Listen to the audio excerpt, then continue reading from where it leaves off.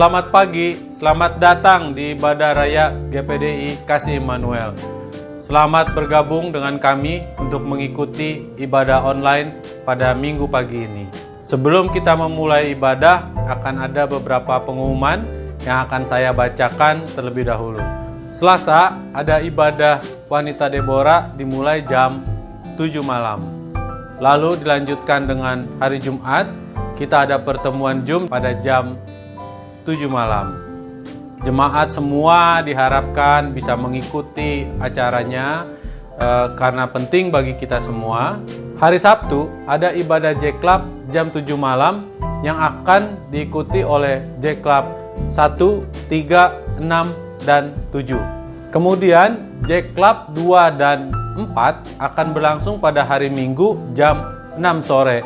Untuk Bapak Ibu yang mempunyai anak dengan umur babies diharapkan mengikuti ibadah YouTube pada jam 9 pagi. Kemudian untuk ibadah Super Kid Junior dilanjutkan pada jam 10 pagi melalui Zoom. Bapak Ibu dan seluruh jemaat, sehubungan dengan minggu depan akan dilaksanakan PSBB kembali di wilayah Jakarta khususnya, maka kami menghimbau para jemaat, Bapak Ibu yang tergerak untuk mengikuti doa, akan diadakan kegerakan doa berupa pendoa syafaat bagi bangsaku yang akan dimulai pada hari Senin jam 7 malam sampai dengan jam 10 malam. Bapak Ibu dan setiap jemaat semua yang tergerak bisa ikut hadir dan mengambil bagian dan mendaftarkan diri melalui WhatsApp yang akan dibagikan. Untuk itu kami mengundang Bapak Ibu untuk bersama-sama kita membangun doa kita bagi bangsa kita. Demikianlah pengumuman yang saya sampaikan pagi hari ini, dan sebelum kita mendengarkan firman Tuhan, kita akan sama-sama bawa dalam doa supaya firman yang dibawakan menjadi berkat buat kita semua. Mari kita sama-sama tundukkan kepala. Bapa dalam sorga, kami mengucap syukur untuk hari ini. Terima kasih Tuhan, Engkau boleh perkenankan kami bangun di pagi hari, Engkau berikan kami kesehatan Tuhan. Kami percaya Tuhan bahwa semua yang terjadi adalah kehendak-Mu dalam kehidupan kami. Kami serahkan hari ini ke dalam tangan-Mu, kami mau duduk diam di hadapan-Mu, kami mau mendengarkan firman-Mu Tuhan. Biarlah firman-Mu Tuhan menjadi kekuatan bagi setiap kami yang mendengar pada hari ini Tuhan. Berkati Tuhan untuk yang membawakan firman-Mu Tuhan. Biarlah hamba-Mu Tuhan semakin hari Tuhan, semakin heran Tuhan, semakin banyak jiwa yang dimenangkan Tuhan. Terima kasih Bapa. Hanya kepadamu kami berdoa dan mengucap syukur. Haleluya. Amin.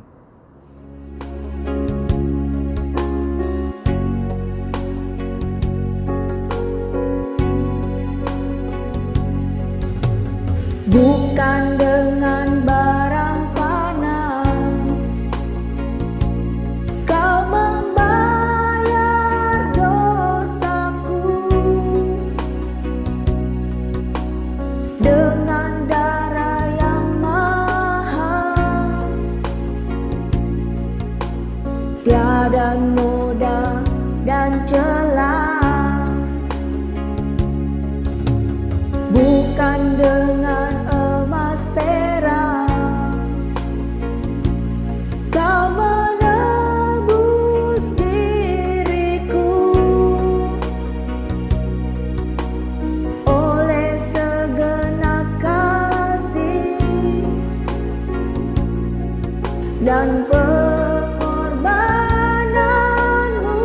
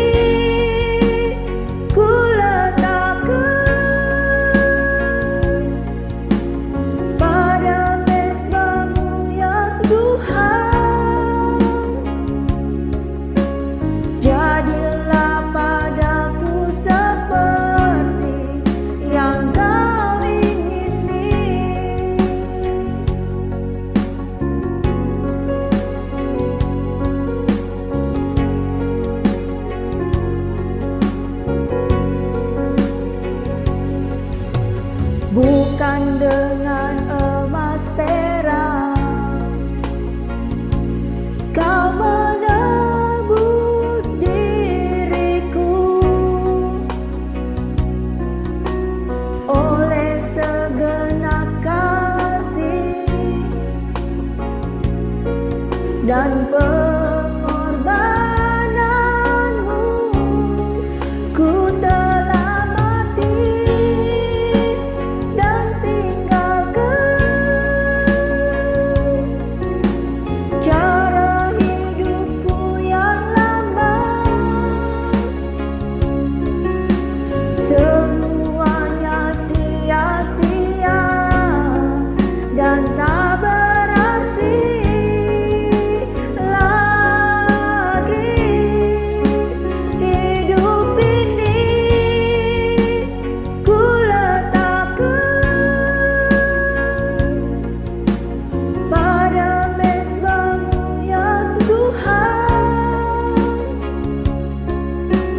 Jadilah padaku seperti yang Kau ingini.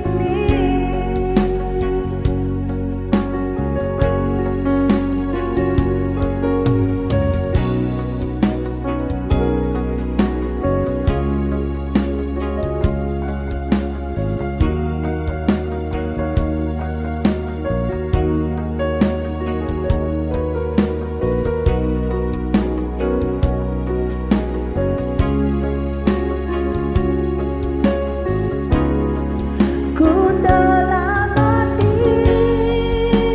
dan tinggalkan cara hidupku yang lama. Semuanya sia-sia dan tak berarti lagi. Hidup ini ku letakkan pada mezbah-Mu ya Tuhan.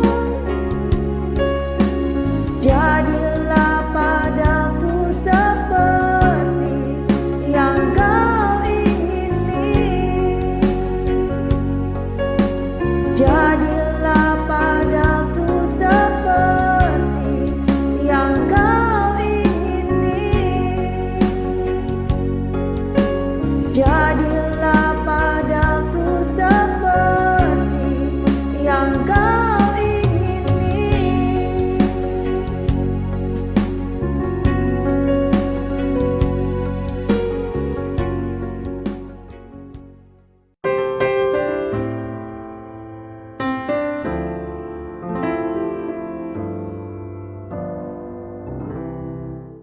Shalom, selamat pagi saudara, selamat hari Minggu. Kita bersyukur kita dapat bertemu lagi pagi ini dalam ibadah online. Saya berada di pastori, saudara berada di rumah masing-masing. Tidak masalah ya, yang penting hati kita menyatu dalam memuji Tuhan, menyembah Tuhan, dan mendengarkan firman Tuhan. Nah, puji Tuhan, tema kita pagi ini adalah harta yang indah. Terambil dari Injil Matius pasal 19. Kita membaca Injil Matius pasal 19 ayat 16 sampai ayat yang ke-22. Saya akan bacakan untuk saudara. Orang muda yang kaya. Ada seorang datang kepada Yesus dan berkata, "Guru, perbuatan baik apakah yang harus kuperbuat untuk memperoleh hidup yang kekal?" Jawab Yesus, "Apakah sebabnya engkau bertanya kepadaku tentang apa yang baik? Hanya satu yang baik. Tetapi jikalau engkau ingin masuk ke dalam hidup, turutilah segala perintah Allah." Kata orang itu kepadanya, "Perintah yang mana?" Kata Yesus, "Jangan membunuh, jangan berzina, jangan mencuri, jangan mengucapkan saksi dusta, hormatilah ayahmu dan ibumu, dan kasihilah sesamamu manusia seperti dirimu sendiri." Kata orang muda itu kepadanya, "Semuanya itu telah kuturuti, apalagi yang masih kurang?" Kata Yesus kepadanya, "Jikalau engkau hendak sempurna, pergilah, jualah segala milikmu, dan berikanlah itu kepada orang-orang miskin, maka engkau akan beroleh harta di sorga, kemudian datanglah kemari dan ikutlah aku." Ketika orang muda itu mendengar perkataan itu, pergilah ia dengan sedih sebab banyak hartanya. Nah saudara, perikopnya adalah orang muda yang kaya, ya. Kita melihat bahwa dalam cerita ini ada seorang muda datang kepada Yesus. Dan dia bertanya kepada Yesus, perbuatan baik apakah yang harus aku lakukan untuk mendapatkan hidup yang kekal? Ini orang muda ini hebat ya saudara. Masih muda tetapi berpikir tentang hidup yang kekal. Tidak banyak anak muda yang berpikir tentang hidup yang kekal. Biasanya yang berpikir tentang hidup kekal itu adalah para orang tua, ya, yang sudah lansia mulai berpikir tentang hidup yang kekal. Tapi orang muda ini dia sudah berpikir tentang hidup yang kekal. Karena itu dia tanya kepada Yesus, apa yang harus kuperbuat untuk mendapatkan hidup yang kekal, ya. Lalu Yesus katakan, turutilah segala perintah Allah. Dalam ayat yang ke-18, perintah yang mana? Yesus katakan, jangan membunuh, jangan berzina, jangan mencuri, jangan mengucapkan saksi dusta, hormatilah ayahmu dan ibumu, dan kasihilah sesamamu manusia seperti dirimu sendiri. Ya, apa yang Yesus katakan ini adalah hukum Taurat, hukum yang ke-5 sampai hukum yang ke-10. Lalu orang muda ini katakan, oh itu sudah kuturuti, itu sudah kulakukan, bahkan dari aku masih kecil. Ya. Jadi anak muda ini, orang muda ini masih kecil, dari masih kecil dia sudah melakukan hukum Taurat. Hukum Taurat yang ke-5 sampai ke-10 itu berhubungan antar manusia. Ya. Dan dia lakukan itu sudah aku turuti, apalagi yang masih kurang. Ya. Anak muda ini bertanya, apalagi yang masih kurang? Dan kalau kita membaca apa yang dia lakukan, hebat ya saudara. Coba masih muda, dia bisa lakukan hukum Taurat. Dia lakukan dari mulai dia masih kecil, ya. Dia sudah lakukan hukum Taurat itu. Jangan membunuh, jangan mencuri, jangan saksi dusta, ya. Mengasihi sesama, itu sudah dia lakukan. Hebat saudara. Tidak banyak juga anak muda yang bisa melakukan hal ini sekarang, ya. Karena anak muda sekarang banyak kesibukan, ya. Tidak banyak yang dapat melakukan hal ini. Nah, lalu dia bertanya, apalagi yang masih kurang? Rupanya ketika dia datang kepada Tuhan, ya, dia merasa sebenarnya dia sudah melakukan banyak hal. Ya. Dia pikir sudah banyak yang dia lakukan. Tetapi dia masih bertanya, apalagi gitu yang harus aku lakukan? Lalu dia tanya juga apalagi yang masih kurang, ya. Karena dia berpikir dia sudah lakukan semua, apalagi yang masih kurang. Nah, kita lihat bahwa pemuda ini ya atau anak muda ini, titik terlemah dalam hidup anak muda ini adalah kekayaannya ternyata saudara. Sebab dalam ayat yang ke-21 Yesus berkata, jikalau engkau hendak sempurna, pergilah, jualah segala milikmu, dan berikanlah itu kepada orang-orang miskin, maka engkau akan beroleh harta di sorga, kemudian datang kemari dan ikutlah aku. Ya, Yesus katakan kalau begitu, satu saja yang masih kurang. Pergi, jualah hartamu, dan bagikan kepada orang-orang miskin, lalu engkau akan beroleh harta di sorga, kemudian datanglah kemari dan ikutlah aku. Ya, kita lihat jelas yang Yesus katakan. Kamu akan beroleh harta di sorga. Lalu datang kemari dan ikutlah aku. Ya, lalu apa yang orang muda ini lakukan? Ayat 22, ketika orang muda itu mendengar perkataan itu, pergilah ia dengan sedih sebab banyak hartanya. Ya, orang muda ini ternyata punya kelebihan lagi saudara. Di samping dia masih muda dan mau mencari Tuhan dan bertanya tentang hidup yang kekal, ternyata dia adalah orang muda yang kaya.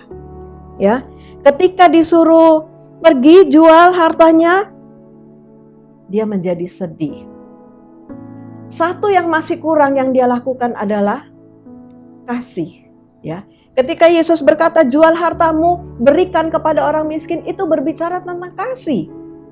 Nah, ternyata satu yang masih kurang, yang belum dilakukan oleh orang muda ini adalah kasih, mengasihi. ya. Dia terikat kepada hartanya ketika dia mendengar bahwa dia harus menjual hartanya. Walaupun ada janji yang Yesus katakan, engkau akan beroleh harta di sorga. Tetapi ternyata harta dunia dia lebih menarik ya.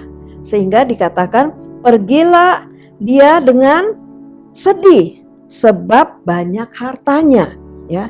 Jadi kita lihat bahwa orang muda ini bertemu dengan Yesus tetapi dia gagal mendapatkan hidup yang kekal. Saudara, kita lihat hari-hari ini juga kita harus mencari Yesus ya, mencari Tuhan dengan sungguh-sungguh, berusaha mendapatkan jaminan tentang hidup yang kekal. Kita sedang berada di kondisi yang sulit, hari-hari yang sulit ya. Kita tahu apa yang sedang terjadi di negara kita saat ini.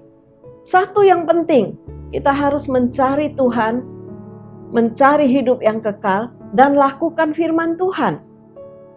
Anak muda ini bisa bertemu dengan Yesus ya, tetapi dia gagal mendapatkan hidup yang kekal itu. Dia pergi tinggalkan Yesus dengan sedih ya. Karena dia cinta kepada hartanya, ternyata dia lebih cinta kepada hartanya daripada kepada hidup yang kekal ya. Tapi saya akan ajak saudara melihat hal yang kedua. Di dalam Injil Lukas pasal yang ke-19 ya.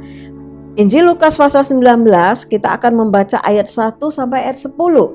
Tapi saya akan bacakan ayat yang ke-4 ya, 4 dan seterusnya saja. Maka berlarilah ia mendahului orang banyak, lalu memanjat pohon ara untuk melihat Yesus yang akan lewat di situ. Ketika Yesus sampai ke tempat itu, ia melihat ke atas dan berkata, "Sakius, segeralah turun, sebab hari ini aku harus menumpang di rumahmu." Dalam Lukas pasal 19 ayat 1 sampai ayat 10 ini menceritakan tentang seorang yang bernama Sakius. Ya. Dia pekerjaannya adalah pemungut cukai atau pemungut pajak. Kondisi fisiknya dikatakan juga bahwa dia badannya pendek. Ya. Nah, pada waktu itu pekerjaan ini pemungut cukai tidak disukai oleh banyak orang. Ya. Dia tidak disukai oleh tetangganya, oleh teman-temannya, ya. Jadi dikatakan bahwa Sakius ini seorang yang kaya, ya. Kalau saudara baca ayat 1 dan seterusnya itu dijelaskan juga bahwa Sakius ini seorang yang kaya, ya. Nah, ketika dia tahu bahwa Yesus lewat di daerahnya Yeriko, ya. Lalu dia melihat orang banyak yang mengikuti Yesus, dia ingin tahu. Dia ingin melihat orang apakah ya, seperti apakah Yesus itu. Kenapa Yesus begitu banyak orang yang mengelilinginya ya. Mereka berjalan dengan senang, dengan tertawa-tawa. Yesus dikelilingi oleh banyak orang. Orang banyak itu pun terlihat senang ya. Nah, dia tidak dapat melihat Yesus karena kondisi badannya yang pendek. Karena itu apa yang dia lakukan? Dalam ayat tadi kita membaca ayat yang keempat, dia berlari mendahului orang banyak itu, lalu memanjat pohon ara untuk melihat Yesus. Jadi dia tidak lagi berpikir tentang posisinya ya, bahwa dia seorang pejabat. Dia berlari mendahului orang banyak dan dia naik ke pohon ya. Tidak ada lagi rasa gengsi, tidak ada lagi rasa malu ya, karena keingintahuan yang begitu besar. Dia naik di atas pohon. Sementara dia di atas pohon, dia memperhatikan begitu senangnya orang-orang yang berada di sekitar Yesus. Ya, dia hanya melihat orang-orang yang bersama dengan Yesus itu. Apa yang ada di dalam pikiran Sakius tidak ada seorang pun yang tahu. Ya, apakah dia berpikir dia ingin berada bersama Yesus seperti orang banyak? Ya, tidak ada yang tahu. Ya, tetapi pada waktu Yesus lewat di situ, ayat yang kelima dikatakan ketika Yesus sampai ke tempat itu, Yesus langsung melihat ke atas. Ya, Yesus melihat ke atas dan berkata, "Sakius, segeralah turun." Ya, Sakius segeralah turun. Ayat yang kelima tadi, "Sebab hari ini aku harus menumpang di rumahmu." Ya, Yesus berkata, "Sakius." Tidak ada orang yang berkata kepada Yesus, Yesus, lihat itu ada Sakius di atas. Ada orang naik pohon, ya. Tidak ada. Tetapi saudara, kita lihat bahwa Yesus tahu di pohon itu ada seorang yang bernama Sakius. Di pohon itu ada seorang yang punya hati yang rindu untuk mengetahui tentang Yesus, ya. Dan Yesus berbicara kepada Sakius dengan khusus karena Yesus berkata Sakius. Ya, penyebutan nama ini menjadi spesial, saudara. Ya, penyebutan nama seseorang, apalagi yang belum dikenal, ya. Tetapi ketika orang itu tahu namanya, itu menjadi spesial. Kalau saudara berbelanja, ya, ke toko, ke mall atau kemana, ketika kita bayar dengan kartu kredit, orang kasir itu akan berkata, ya, seandainya saya, maka orang atau kasir itu akan berkata, terima kasih Bu Naomi. Itu spesial, ya. Ya, dia sebut nama saya. Dan saya juga belajar sekarang, saya lihat nama kasirnya siapa, ya. Dan saya berterima kasih dengan menyebut nama orang itu. Nah, jadi kita lihat Yesus memanggil Sakius ini adalah istimewa, ya. Dikatakan Sakius segera turun sebab hari ini aku harus menumpang di rumahmu. Nah, ayat 6, lalu Sakius turun dan menerima Yesus dengan sukacita, ya. Sakius ini turun dan menerima Yesus dengan sukacita. Nah, ayat 7 ada orang-orang yang bersungut-sungut, ya, tapi kita lewati ayat 7 itu, kita lihat ayat yang ke-8. Sakius berdiri dan berkata kepada Tuhan, Tuhan, setengah dari milikku akan kuberikan kepada orang miskin. Dan sekiranya ada sesuatu yang kuperas dari seseorang, akan kukembalikan 4 kali lipat. Ya, kita lihat Sakius ini lalu berkata kepada Tuhan, ya, dia tidak berpikir panjang lagi, ya, dia tidak menghitung-hitung lagi, tetapi dia berkata Tuhan, ya, dia berjanji Tuhan, setengah dari milikku akan kuberikan kepada orang miskin. Dan sekiranya ada sesuatu yang kuperas dari seseorang, akan kukembalikan 4 kali lipat. Saya membaca ayat ini berulang-ulang, saudara, ya. Apa yang menyebabkan Sakius langsung berkata seperti itu, ya? Apa yang membuat Sakius ini langsung berjanji akan memberikan setengah dari hartanya? Tidak mudah, saudara. Setengah dari harta yang dia miliki, ya. Tadi ayat 1 berkata Sakius ini adalah seorang yang kaya. Setengah dari hartanya dia akan berikan kepada orang miskin. Dan kalau ada yang kuperas, dia katakan 4 kali lipat aku akan ganti. Ya, apa yang menyebabkan Sakius sebegitu cepatnya, ya, berjanji kepada Tuhan? Nah, kalau kita membaca ayat-ayat ini, maka kita dapati di ayat yang ke-6, Sakius segera turun dan menerima Yesus dengan sukacita. Sukacita, ya. Tadi ternyata dia berada di pohon itu tidak sukacita, ya. Dia tidak berada dalam sukacita, ya. Tetapi ketika dia turun menerima Yesus, dia penuh dengan sukacita. Dia penuh dengan sukacita. Ketika seseorang sukacita, ya, ketika seseorang hatinya senang, dia akan gampang untuk melakukan apa saja.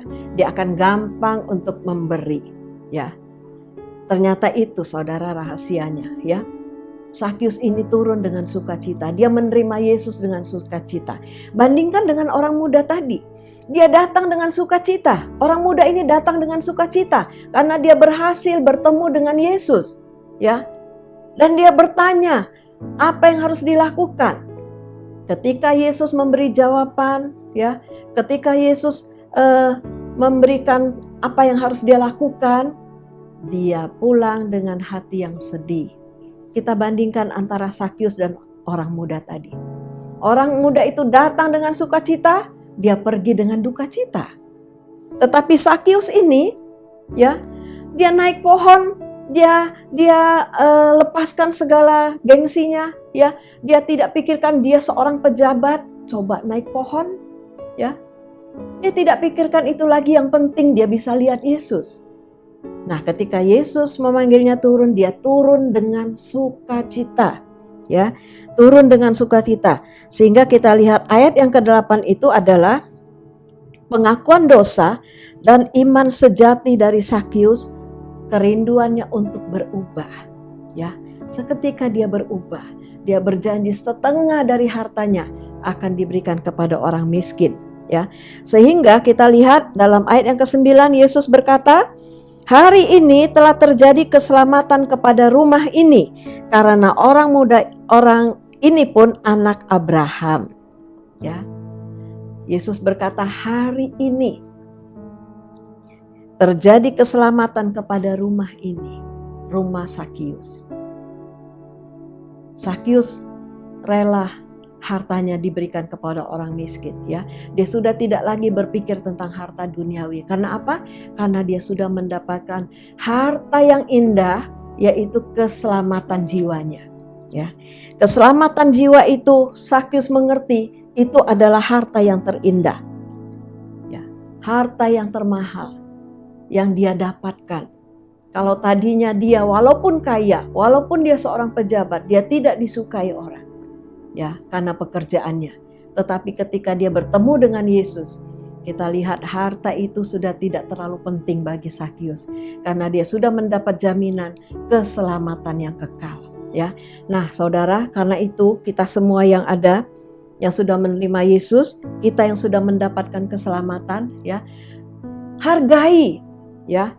Kita harus memelihara keselamatan itu sebab keselamatan itu mahal, ya. Kita membaca dalam 2 Timotius 1 ayat 14, saya bacakan. Peliharalah harta yang indah yang telah dipercayakannya kepada kita oleh Roh Kudus yang diam di dalam kita. Ya, kita lihat ayat ini berkata, peliharalah harta yang indah yang telah dipercayakannya kepada kita. Kita harus memelihara harta yang indah itu. Ya. Jaminan keselamatan Tuhan bagi kita itu adalah harta yang indah.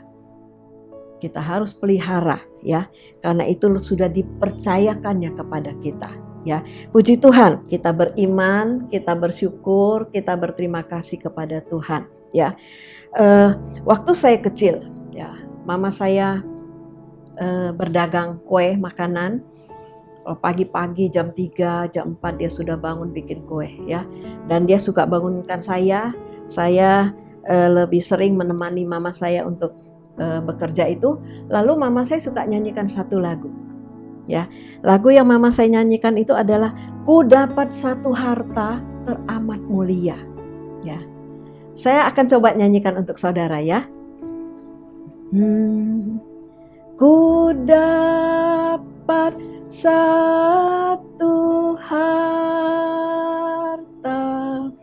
teramat mulia, tak ada lain permata sama dengan Dia. Sudah ku jalan mencari kesanalah dan kemari, tak ada lawan Dia. Itulah Yesus, juru selamatku. Harta itu Yesus, ya kehidupanku. Harta itu Yesus, ya kehidupanku. Saudara, di dunia ini susah, ya. tetapi kita sudah punya harta yang indah. Ku dapat suatu harta teramat mulia, ya. Tak ada lain permata yang sama dengan dia. Ya, lagu ini berkata, sudah ku jalan mencari kesana kemari, tak ada seperti dia, ya. Itulah Yesus juru selamatku, harta itu Yesus, ya kehidupanku. Puji Tuhan, biarlah firman Tuhan pagi ini memberkati kita semua, ya. Biarlah kita tetap menaruh harap kita, percaya kita punya pengharapan kepada Tuhan Yesus. Ya, puji Tuhan, Tuhan memberkati kita semua. Mari kita berdoa. Bapa di dalam surga, di dalam nama Tuhan Yesus Kristus, kami datang kepadamu pagi hari ini Tuhan, bersama dengan seluruh jemaat-Mu yang mengikuti ibadah online. Tuhan, kami bersyukur kepada Engkau. Walaupun kami berada di hari-hari yang sulit ini, tetapi kami berada di dalam perlindungan Tuhan yang luar biasa. Kami boleh melewati hari lepas hari Tuhan. Di dalam segala kondisi yang kami hadapi, kami percaya Tuhan tetap bersama kami. Tuhan, pagi ini kami bersyukur untuk firman yang sudah kami dengar Tuhan, bahwa Engkau adalah satu-satunya harta yang indah yang kami miliki. Dan kami percaya hidup kami ada di dalam Engkau. Bapa, kami berdoa untuk seluruh jemaat-Mu Tuhan. Untuk semua yang mendengarkan, untuk semua yang menonton firman Tuhan, melihat YouTube pagi ini. Biarlah Tuhan memberkati mereka. Tuhan melindungi mereka Tuhan. Setiap harinya ketika bekerja, ketika berdagang, Tuhan lindungi. Luputkan mereka dari segala virus, dari segala penyakit Tuhan. Terima kasih Bapa, kami percayakan hidup kami ke dalam tangan-Mu, dan kami percaya juga Tuhan sudah memberkati kami pagi ini. Di dalam nama Tuhan Yesus Kristus kami berdoa. Haleluya, amin. Puji Tuhan, Tuhan memberkati kita semua. Sampai jumpa lagi.